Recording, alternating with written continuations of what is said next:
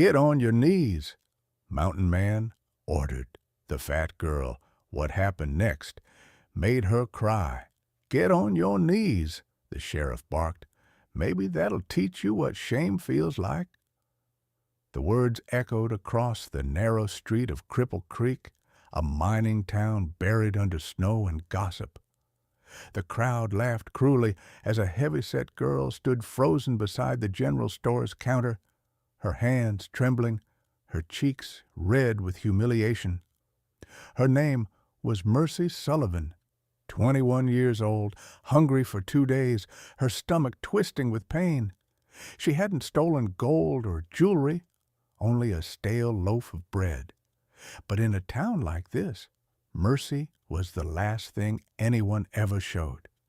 Mr. Garrett, the store owner, towered over her with rage.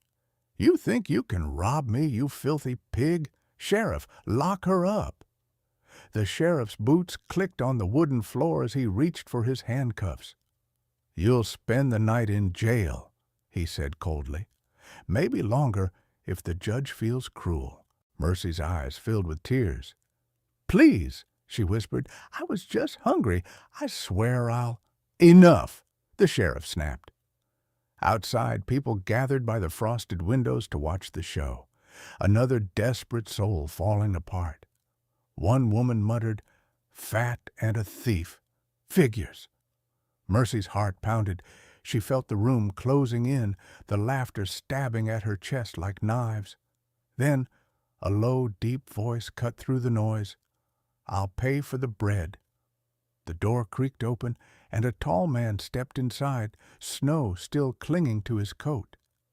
Nathan Blackwood, the mountain man of Black Ridge, 6'4", broad as a bear, with cold, dark hair and eyes that seemed to see everything but give nothing away.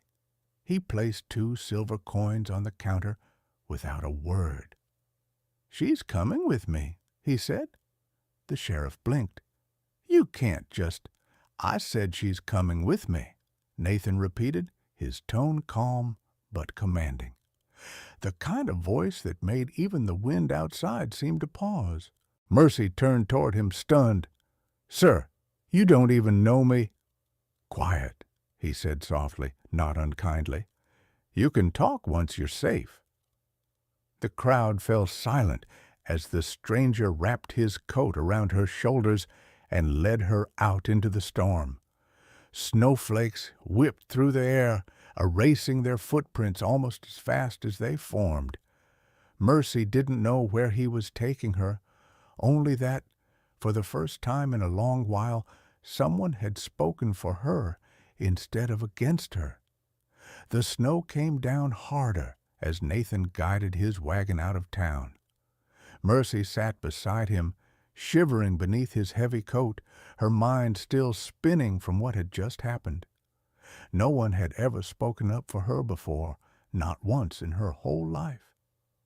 You didn't have to do that, she said quietly, her voice barely audible over the wind. I know, he replied, eyes fixed on the road ahead. Then why did you? Because leaving you there would have haunted me. He didn't look at her, didn't smile, didn't soften. His voice was calm, matter-of-fact, but behind it there was a weight she couldn't name. The wagon creaked and swayed as they climbed the narrow trail that wound into Black Mountain. The pines loomed tall on either side, their branches heavy with snow. The only sounds were the clop of hooves and the crunch of wheels through ice. Mercy's stomach growled softly. She lowered her head, embarrassed. Nathan reached into a leather satchel, pulled out a hunk of bread, and handed it to her without a word. She hesitated. I don't have any money. I didn't ask for money. Eat. Tears pricked her eyes. She hadn't realized how starved she really was until the first bite hit her tongue. It was coarse and dry, but it might as well have been a feast. After a while she whispered, You live up here all alone? Mostly.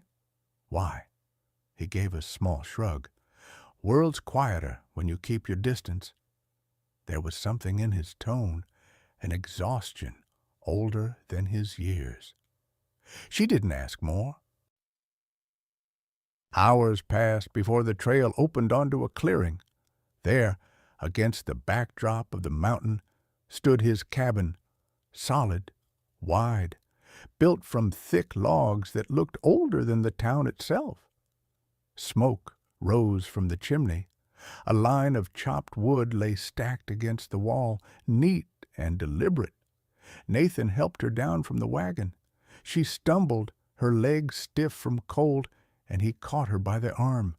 His grip was strong but steady, like he'd done it 1,000 times. "Inside," he said. "You'll warm up by the fire."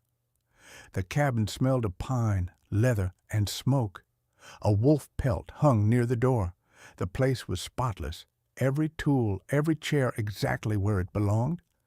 Mercy hovered near the threshold, unsure. "You said I'd work for you?" He nodded, removing his gloves.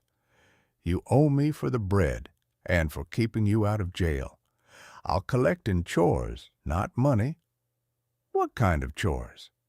He turned, his expression unreadable. "You'll clean, cook, keep this place in order." "Can you do that?" Mercy swallowed hard. "Yes, sir." "Good." He walked toward the hearth, stoking the fire until it roared to life.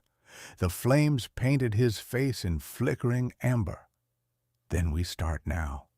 She blinked. "Now?" "Snow's tracked in on the floor," he said, motioning toward the mud and meltwater near the door. "Get on your knees." Her heart stopped. She froze where she stood, staring at him in disbelief. What did you say?" "Get on your knees," he repeated evenly, handing her a bucket of water and a rag. "The floor won't clean itself." The misunderstanding hit her like lightning. The relief, the heat, the shame of assuming the worst. She dropped to the floor, cheeks burning, and began scrubbing. Nathan said nothing more. He stood near the fire watching the snow fall through the window. For him, it was just work. But for her, every brush of the rag against the wood felt like an unspoken apology, not to him, but to herself, for expecting cruelty where there was none. When she finished, her arms ached and her knees throbbed. Yet for the first time in years, she'd earned her own meal. Nathan handed her a bowl of stew. "Eat," he said simply. "Thank you," she whispered. He sat across the table, studying her quietly for a long moment. "You work hard," he said at last. "Keep that up, and you'll never go hungry here." Mercy lowered her eyes, her voice soft. "I don't think anyone's ever told me that before." Outside, the wind howled across the ridge, but inside the cabin something began to shift, something small and fragile, like a spark buried under ashes. Neither of them noticed it yet, but in that moment, Mercy, the thing she'd been named for and never received, had finally found her. The next few days unfolded like clockwork, ruled by Nathan's quiet discipline. He rose before dawn, chopped wood in the yard, and left at first light to check traps and haul supplies from the lower ridge. Mercy cooked, cleaned, and tended the fire, her body aching but her spirit steadier than it had been in months. Nathan never raised his voice. He didn't smile often either, but every so often when he spoke, the cabin seemed to listen. "You missed a corner," he'd say while glancing at the floor, or "Don't forget to eat while the stew's hot." Each word was blunt, clipped, yet strangely protective. He wasn't cruel. He was careful. At first, Mercy feared she was nothing but a shadow passing through his world, a debtor working off her shame. But over time, she began to notice things. The way Nathan polished his wife's old rocking chair every night before bed. The untouched teacup on the shelf, rim cracked but clean. the faint scent of lavender that clung to a folded quilt at the foot of his bed. A ghost lived in that cabin, and its name was Grief. She never asked, but late one night, when the wind screamed through the pines, she heard him speaking in the next room. Em would have liked her, he said softly, his voice low and tired, not knowing Mercy was awake. She's rough around the edges, but she works hard. She reminds me of you. Then silence. Mercy lay still in her cot, staring into the dark. The realization hit her like a blow. He wasn't cold because he didn't care. He was cold because caring had cost him everything once before. The next morning, she found him repairing the barn roof. The ladder creaked beneath his weight, the wind cutting sharp and cold across the ridge. "You should let me help," she called up. He looked down. "Not your kind of work." "I can do more than scrub floors," she said, crossing her arms. He gave her a long, unreadable look, then nodded toward the woodpile. "Fine, split that stack before sunset." Mercy stared at the axe, heavy and gleaming. She'd never lifted one before. Her first swing missed entirely, the blade sinking into the dirt. The second landed, crooked and weak. By the fifth, her palms burned raw, but she didn't stop.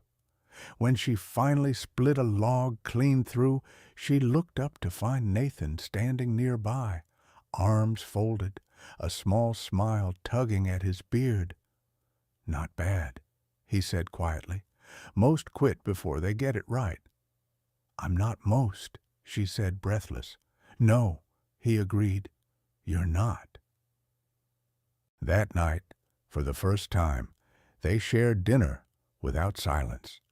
Nathan asked where she was from, and she told him about a factory town in Missouri, about long hours, hunger, and the humiliation that came with being too big, too slow, too visible in a world that wanted her invisible. "I stole because I was starving," she said softly, "but also because I wanted someone to notice I existed." He didn't interrupt. He just listened, eyes steady, hands resting on the table. When she finished, he said, "You don't have to steal that anymore." "Steal what?" "Being seen." The words landed deep, heavy, unexpected, kind. For a long moment, neither spoke.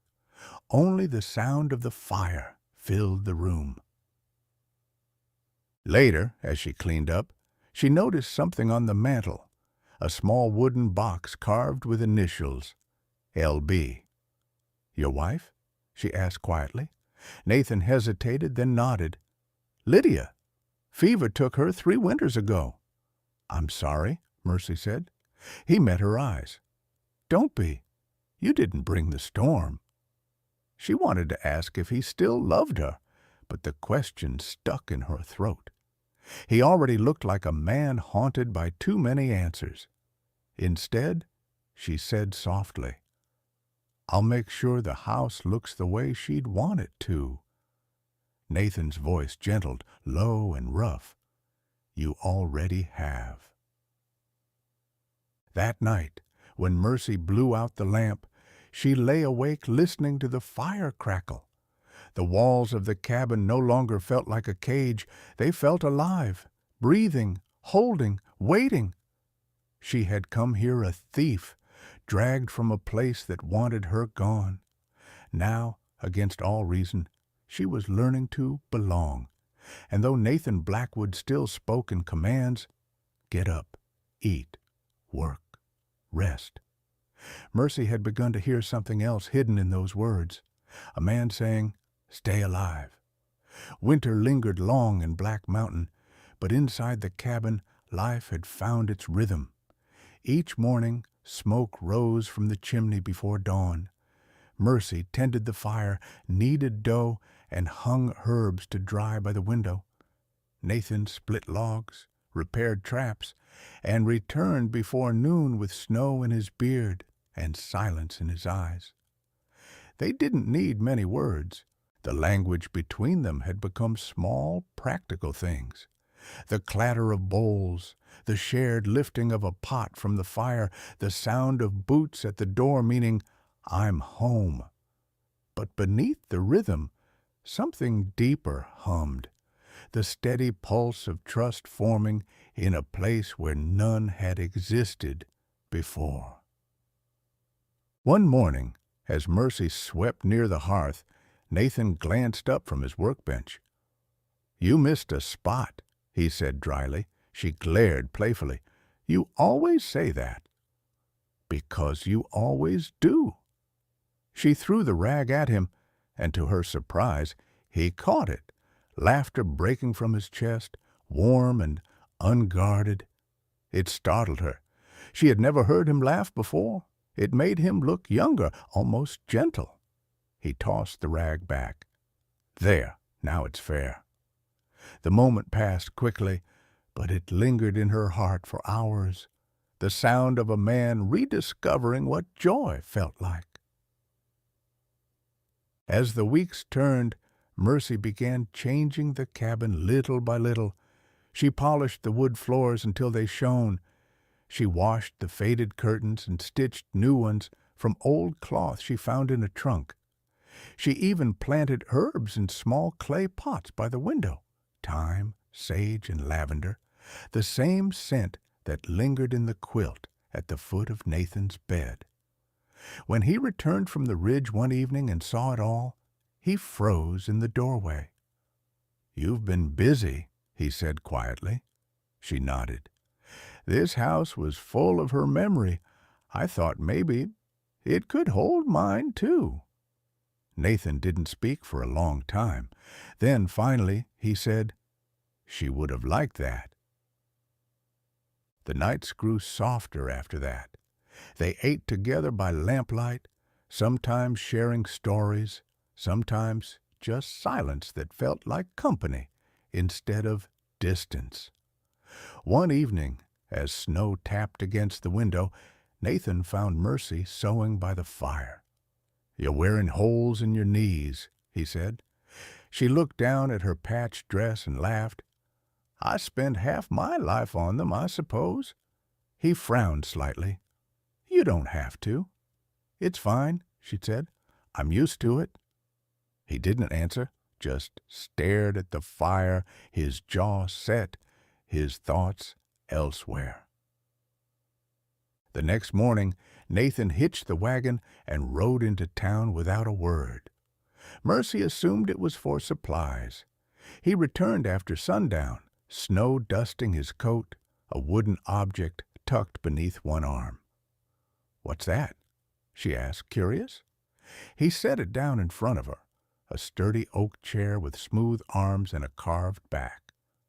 "For you," he said simply. She blinked, confused. "For me?" "So you can sit when you work. You've done enough kneeling." The word struck her harder than any kindness ever had. Her throat closed, her vision blurred. "Nathan, I don't know what to say." "Then don't." His voice was low. "Just sit." She did, trembling, and as the wood creaked softly under her weight, tears slipped down her cheeks. "I don't deserve this," she whispered. He crouched in front of her, eyes steady. "You deserve more than you've ever been given." She covered her face with her hands, sobbing, not from sorrow, but from something she hadn't felt in years. Dignity. From that night on, Mercy never knelt again. She sat in her chair by the fire, mending clothes, reading aloud from old newspapers, or sometimes just watching Nathan work. He spoke more now, about the mines, about the way the sky changed color at dawn, about how Lydia used to hum when she baked. And when he spoke of his wife, Mercy listened not with jealousy, but compassion. One night, she said softly, "You don't have to stop loving her to make room for someone else." He met her gaze across the firelight. "And if there already is someone else?" She smiled faintly. Then maybe she's lucky to be seen by a man who still knows how to love. For a long while, he said nothing. Then slowly, he reached out and brushed a tear from her cheek, the smallest, most careful touch. No words followed. None were needed. By the end of winter, the cabin no longer felt like a place of ghosts. It felt alive again, filled with warmth, with laughter, with the steady rhythm of two hearts learning how to beat in the same space. And sometimes, when Nathan walked past her chair, he'd rest his hand gently on its back, a quiet reminder of the moment everything changed. By the time spring thawed the valley, word had reached Cripple Creek that Nathan Blackwood was no longer living alone. Whispers crept through saloon doors and church pews alike. Stories of the fat girl thief who'd vanished into the mountains, now sharing a roof with the brooding widower of Black Ridge. "They say he bought her," muttered one woman by the well. "Heard she scrubs his floors in exchange for bread," said another, and behind every whisper came laughter, cruel, knowing, poisonous.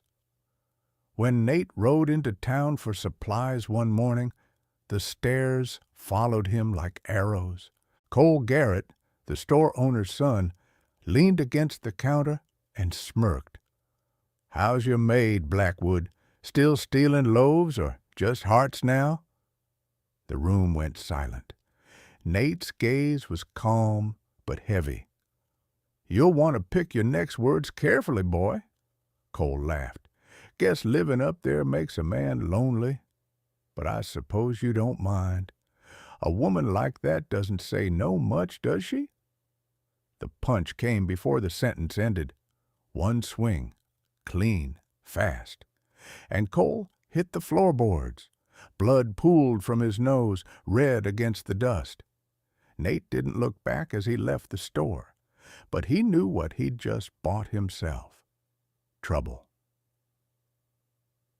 By dusk, the sheriff rode up to the cabin. His hat dripped rain, his tone thick with accusation. "Blackwood, word is you broke Cole Garrett's nose." Nate leaned against the doorframe. "He's lucky that's all I broke." "You can't just go hitting men in town.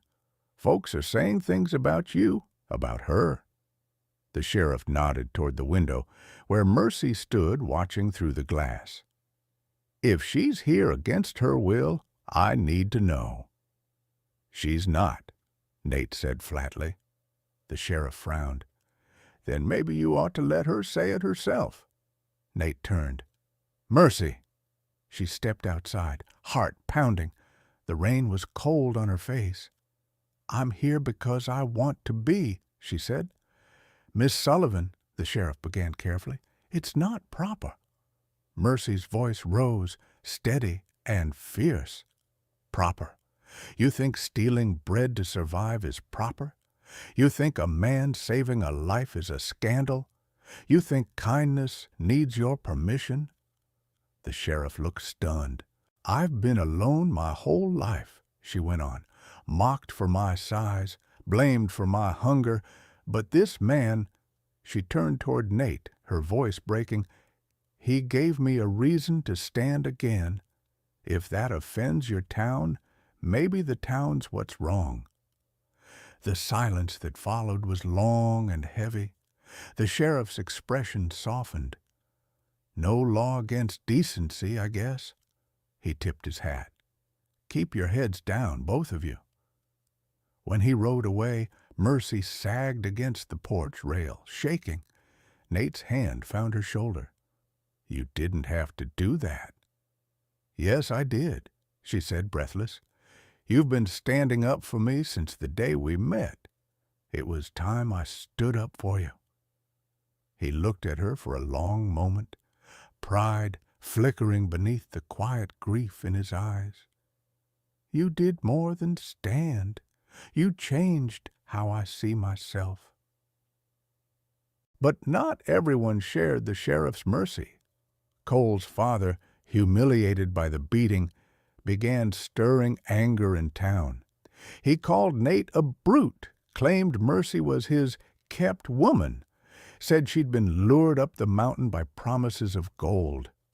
Within weeks, men began riding past the ridge at night, not close enough to threaten, but close enough to be seen. Torches glowed in the dark. Laughter echoed through the trees. One night, a rock crashed through the cabin window. Mercy screamed. Nate was already on his feet, rifle in hand. He stepped outside, rain and fury mixing in his eyes. "Come out and face me," he roared into the dark. But the men were gone. He stood there for a long time, breathing hard, rain soaking his shirt. When he came back inside, his face was pale with restraint. "I should have stayed alone," he muttered. "It's safer that way." Mercy stepped forward, trembling. "Don't you dare say that." "It's true," he said. "They'll come for me next time. For us." "Then let them come," she whispered, "because this time you're not standing alone." Their eyes locked across the firelight, the air thick with everything they'd never said aloud. In that moment, the mountain felt both dangerous and holy.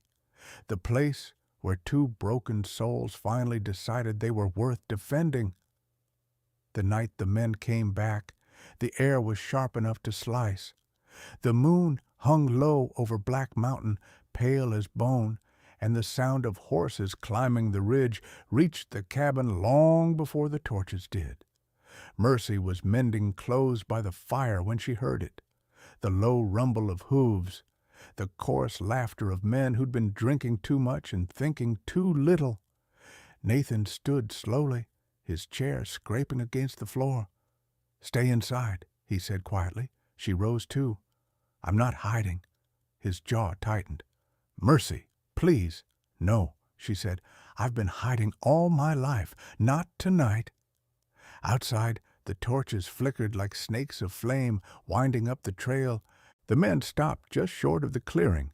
6 of them, led by Cole Garrett, his face still bruised from the fight. "Evening, Blackwood," Cole called, grinning. "We figured you might like a visit. Brought the boys to see your new housemaid." The laughter that followed was ugly, mean, and familiar, the kind Mercy had heard her whole life. Nathan stepped out onto the porch, rifle in hand, voice calm as steel. "You can turn those horses around and head back to town. There's nothing for you here." Cole snorted. "Ain't nothing for you either. We just want what's ours. That thief doesn't belong to you, Blackwood. She belongs in a cell." Nathan cocked the rifle. "You'll find no cells here. Only graves if you take another step." The torches wavered. For a moment, even Cole hesitated, but the liquor and pride in his blood pushed him forward. "You think anyone's scared of you? You're just a broken miner with a dead wife and a whore to keep you warm." The click of the rifle echoed like thunder, but before Nathan could fire, Mercy stepped past him. Her voice cut through the dark. "Enough!" Every head turned. She stood on the porch, small against the mountain, but her voice carried clear and strong. "You call me a thief, a whore, a burden. Fine, I've heard worse. But this man," she pointed to Nathan, "saved me when the rest of you would have watched me die for a crust of bread. He didn't buy me. He gave me a chance to live with dignity." The men shifted uneasily. Cole spat into the dirt. "Don't preach to me, girl." "I'm not preaching," Mercy said. "I'm telling you that I belong here because I earned it. With my work, my hands, my heart. You don't get to take that away." Nathan lowered his rifle slowly, his eyes never leaving her. Cole sneered. "You done?" "Not yet." Mercy stepped off the porch, standing in the torchlight. Her voice trembled but didn't break. "You want to drag me back down that mountain? Go ahead. But you'll have to look me in the eye when you do it, and you'll see exactly what kind of coward it takes to mock a hungry woman for wanting to live." For a long moment, the mountain held its breath. Cole opened his mouth, then shut it again. The torch in his hand sputtered. Around him, the others began to back away, muttering, ashamed to be seen following a fool. When the last torchlight faded into the trees, the mountain fell silent again. Mercy turned toward Nathan, her breath shaking. "They'll be back." "Maybe," he said softly, "but they'll think twice before they do." He stepped closer, reaching up to brush a strand of hair from her face. "You were brave tonight." She gave a trembling laugh. "I was terrified." "So was I," he said, "but I'd rather face them 100 times than lose what we've built here." Her eyes glistened. "And what have we built, Nathan?" He looked at her for a long moment, then said quietly, "A home." By dawn, the mountain was quiet again. Smoke curled from the cabin chimney, and the torches that had littered the clearing were nothing but blackened sticks pressed into the snow. Inside, Mercy sat by the fire, her hands trembling as she poured coffee into 2 tin cups. Nathan's rifle leaned against the wall, untouched now. No threat left but the echo of what might have been. He entered quietly, his shirt damp, his expression unreadable. "They're gone for good," he said. She nodded, staring into the flames. "You think they'll ever forgive us for living the way we want?" He smiled faintly. "I stopped asking the world for permission a long time ago." Mercy looked down at her hands. They were red and rough, the hands of a worker. But to her, they were beautiful now. They had built a home. "I was so afraid," she whispered. "Not of them, but of being seen again. I thought if I just stayed invisible, I'd be safe." Nathan crouched beside her, his voice low and steady. "You were never invisible, Mercy. You just needed someone who could see you clearly." Her breath caught. "And what do you see?" He didn't hesitate. Strength, kindness, a heart big enough to shame a whole town, and the woman I want beside me. She blinked back tears. "You don't have to say that out of gratitude." "I'm not," he said, reaching for her hand. "I'm saying it because it's true. You didn't just clean this cabin. You cleaned the rot out of my soul." The fire crackled softly. Mercy leaned into him, her head resting on his shoulder. The snow outside glowed faintly gold as the first light of morning touched the mountain. After a long silence, Nathan spoke again, quieter, almost a whisper. "You're safe here." Mercy smiled through her tears. "It feels like home." He turned to her, brushing a tear from her cheek. "It is, if you'll have it."